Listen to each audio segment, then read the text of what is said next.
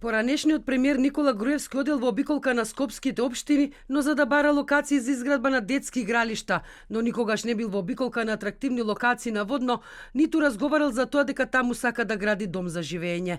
Тврдеше во своето сведочење поранешниот шеф на обезбедувањето на Груевски Дејан Митровски Урко на денешното судско рочиште за случајот Плацеви наводно. Никогаш не слушнав дека Груевски од некого побарал урбанизација на локацијата Шербетница наводно. Никогаш не слушнав ниту дека сакал да купи место на таа локација. Сорце Камчев никогаш немал класична средба, освен што ќе се поздраве ако случајно се сретнеа на некој настан.